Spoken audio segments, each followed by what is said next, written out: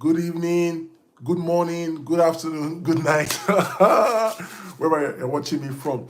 I'm so excited to bring you the first video of the month, and it promises to start the summer month with a bang. As you all know, we are in the months of summer, the weather is getting nice, the activities are opening up, there are events lined up, talk about maybe weddings, vacations, camps, events, concerts, whatever it is. Summer promises to be a fun time. And it actually coincides with a lot of requests and a lot of questions that people ask when they ask, where do I start from if I want to achieve personal finance mastery or become successful in personal finances? In this video, I'm going to be delving into the 5 cheat codes that you can implement in your life immediately to start achieving success in your personal finances. I know a lot of people want to become great. They are always thinking like, there's so much information out there. Like, where do we start from? What do I do? So in today's video, I'm going to be delving into those 5 key things that has helped me. Mind you, I've been able to achieve financial freedom, still working on it. I've been able to pay over $65,000 in credit cards, in loans, in debts. I've been able to save over $70,000 in 16 months. And I have a high credit score of 81,000 of 813. Oh, by the way, I have over $200,000 in credit cards with 0% utilization thereabout, right? And so I'm going to be sharing with you my experience of what has helped me to succeed, what I've taught people in the last couple of years to do in their personal finances to see great results and to experience momentum. And I'm going to be sharing those tidbits with you today. The number one thing that you have to start with, and I promise you it's going to be mind-blowing, get clear on your spending versus your earning power. Otherwise known as, make sure you are differentiating between your gross income and net income. I know it sounds basic, right? But I cannot count how many people have come to me and said, oh, yeah, but I make $100,000. Okay, and I asked them, okay, of that $100,000 that you make, how much gets into your account? Well, like $5,000 per month or 6,000. So I'm like, oh, so you make about $110,000, but then you only get paid about 6,000 or $5,000 per month. That's like $2,000 less than the monthly rate of 8,000 plus. Oh yeah, but and then guess what they do? They benchmark their earnings, they benchmark their spending on their gross income because that's how much they make. And I know it can be confusing, but guess what? You never think about it like driving, right? When you're learning how to drive, you might like, oh, of course I should check the gas, but those little things, never right? Check the gas, adjust your mirrors, check the pointers are working. Those little things actually make a difference, right? You want to be prepared for success. So the first things first is to get clear on your earning versus your spending power. Your earning power is your gross income, and your spending power is your net income. That's how much you actually spend. Now, it's good that you have a good idea and a solid grasp of your gross income or your earning power, but just use it as a way to determine your worth, or look at it as the way to determine how much. The more you make of your spending, of your earning power, the more spending power you have. That's it. But you don't spend what you earn as your gross, because your gross never makes it to your bank account, right? You pay taxes, probably pay insurance, retirement, some other bills, and then before you know it, you are left with only your net income. That's what you should start with at the beginning. Never assume and say, oh, because I make 100,000 or I make 120K, oh, let me bench my rent, which is like maybe some people say like 30% or 20% of your gross income. No. Or they say, oh, well, I want to buy a car, so I make about my salary is $10,000 per month, so I can afford X amount of car because I make X dollars. That's not how it works. You have to sit down and look at your spending power. That's why I call it spending. I said spending because that's how much you actually get to spend. You don't get to spend the whole $10,000 at all. You never get to do that because you must pay taxes and you must probably pay your retirement, and if you have healthcare benefits, you pay for it too, right? So you always want to get clear, like how much do you make in gross and how much do you bring up in net? It's from that net that we now move on to the second point, which is setting a budget. I know I cannot sound this enough. I hate to sound like a broken record. I cannot say this enough. I cannot sing it enough. I cannot shout it enough. I cannot scream it enough. You need to have a budget. Think about this. Companies with their billions, hundreds of billions of dollars have budgets. How much more you? They don't even call it spend. See, people have become like so political now. They call it spending plan, conscious plan. Oh, well, financial wellness plan. No need. Call it what it is. It's a budget, and it's very powerful. Guess what? There is no way you can achieve success in your finances. There is no way you can be wealthy. There is no way you can be financially independent or financially free without having a budget. It's not possible. It's just not possible. Companies don't even call it spending plan. Nobody, you hear it from the CEOs to the floor people. Oh, it's not in the company's budget. HR says it, oh, it's not in our budget. Your boss says it's not in our budget. Nobody says spending plan. Finance says everything. So if with their hundreds of billions of dollars, they are mindful, they use a budget, how much more you? Now, this is where it's going to get a little bit complex, right? A lot of people think, like, what's a budget? It's restrictive. It's about your mindset. What is restrictive? When people tell me, oh, well, I don't really restricted, I just laugh. You know why? Because those same people are restricted across their life and they don't complain. Do you work? That's restriction. Because guess what? You can't go to work anytime you feel like going to work. If you're supposed to be at the office at 8 o'clock, can you say, oh, today, let me resume at 2 p.m. and close at 8 o'clock? No. Are you married? Guess what? You are restricted. No, are you happily married? If you're happily married, you are severely restricted. Why? You cannot date more than one spouse. You cannot have more than one spouse. You have to be faithful to your spouse and you have to sacrifice for your spouse. So you're already restricted. Let me ask another question. Are you physically fit? Like maybe go to the gym, care about your health? Oh, you are severely restricted. You know that? Why? Because you have to eat healthy. Go to the gym. When you're tired, you go to the gym. You got to go to the gym, right? You got to work out. You go through pain. You don't eat some food. You don't eat late. You watch your weight. That's restriction. So if you can be restricted in those areas of your life, why can you not be restricted in your finances? Help me make sense. So apply the same restriction. There's no freedom anywhere like that. Everybody is restricted one way or the other.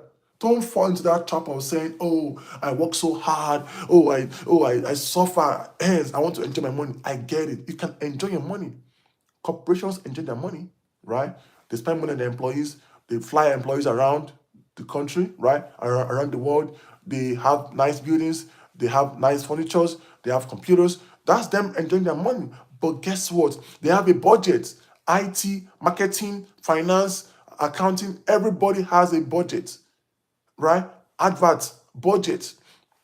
You say, well, for our budget this year, we want to spend X dollars on campaign, Y dollars on events for the company. Maybe they want to have like July 4 events, they want to have Thanksgiving party, they want to have Christmas party. Everything has a budget. So my friend, wake up, wake up. If you think you don't want a budget because it's restrictive, or you don't want a budget because you want to live your life, you're sleeping in la la land. No billionaire, no multi-millionaire, no successful person does not have a budget. They may not be doing it, but they have teams doing it for them.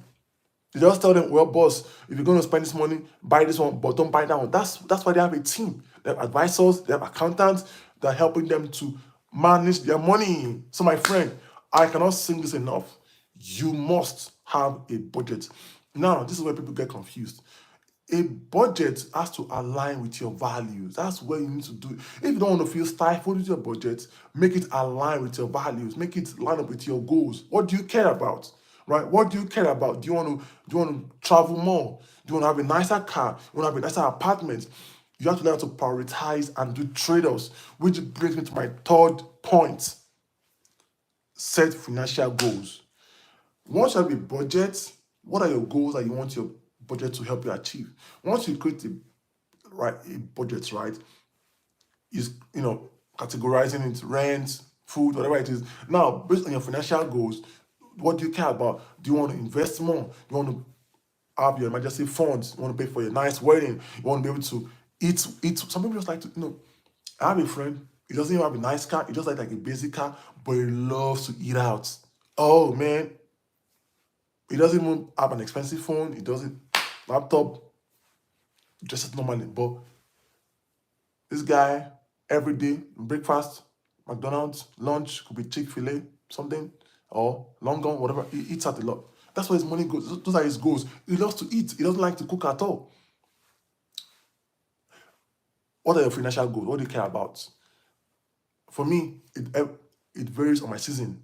Right now, in my season, right now, I have a target I'm trying to save towards to. So right now, I'm putting my money towards my savings.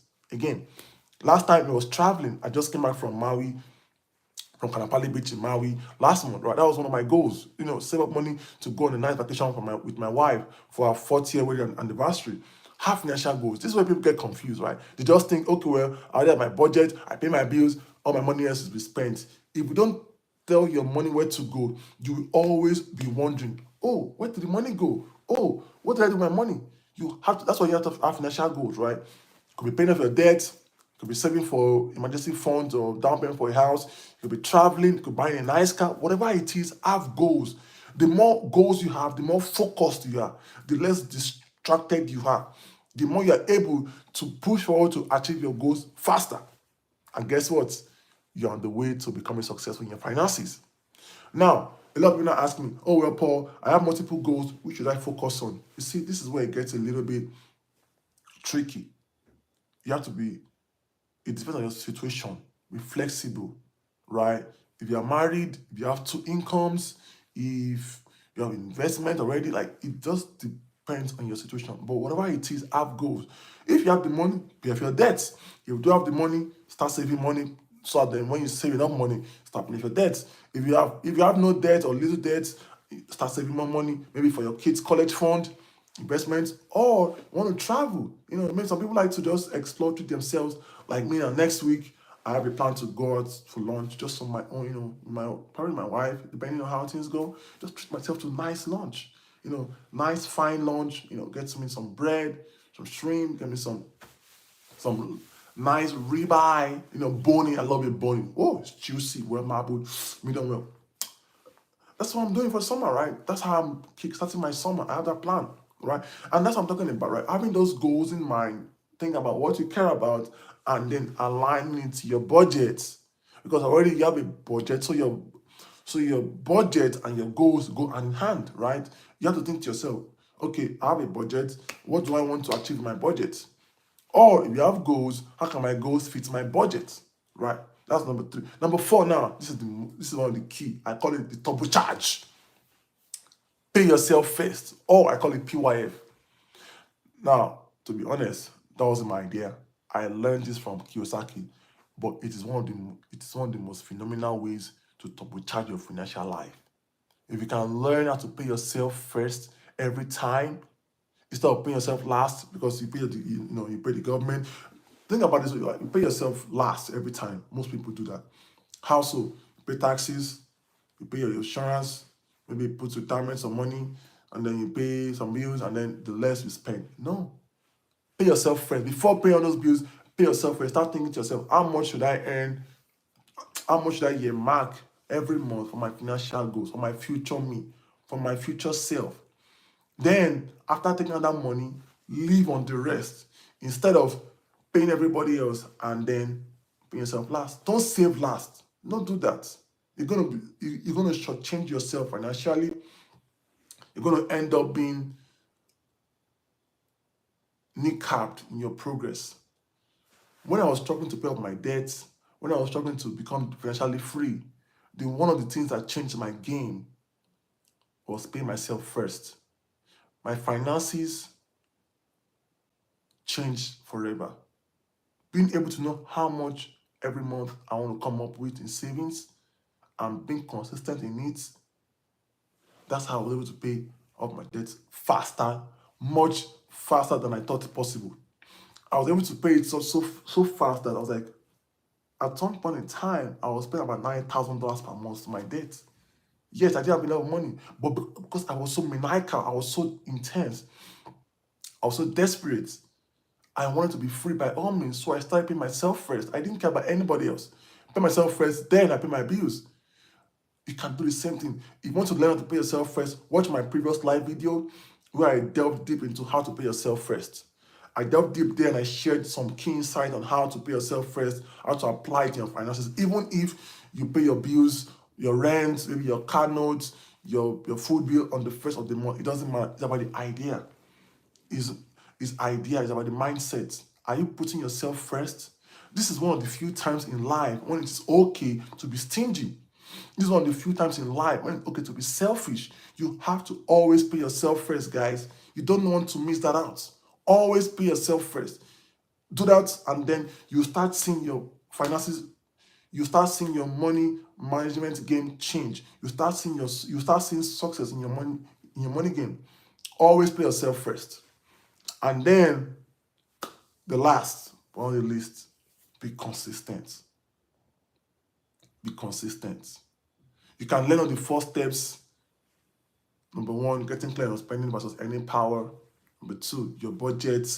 Number 3, having financial goals. Number 4, paying yourself first. But if you cannot practice them consistently, month over month, year over year, guess what? You're going to be stuck. You're going to give up. You're going to be overwhelmed. You're going to feel stifled.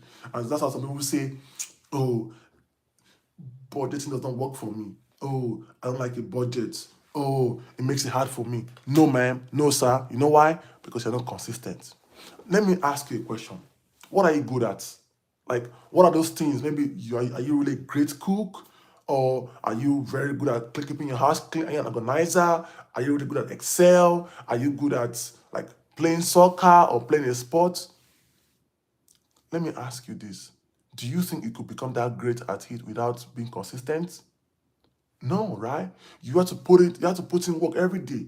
Even when you don't want to do it, you have to show up. If you are very healthy, maybe you're underweight, you have abs, you have muscles, guess what? You have to be consistent in the gym, right? You have to show up, carry those weights when you're tired. If you like to garden, if you have a nice garden, you have a nice yard, you work hard on it, right? You have a lawnmower, you have the leaf blower, you trim it. Show up every time.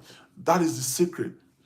If you want to achieve success in your finances, knowing all these steps is important, but you must practice consistency. You have to show up every day, day 1, day 20. Now, to be honest, there are some times when you might let your guard down, right? You might be tired, but let those days be far and apart. Don't let them be close, like they say in the gym world, like cheat days. Yeah, you can have like cheat days, right? You can have this where you just say, you know what, this month I'm just gonna chill. That's okay. Like I said, next week I'm gonna chill. Last month I was chilling, right? But last month I paid up the money. So you have to think about it, like how can you be consistent? Don't give up. Life will happen, right? You're gonna have challenges. In fact, let me give you one guarantee. 99% of the time, when you set out to become great in anything, you will encounter challenges. You will encounter troubles and tribulations. You will encounter trials and turbulence. You know why? Because the universe wants to know if you really want this goal. They want to test and see how bad do you want to be successful. And guess what?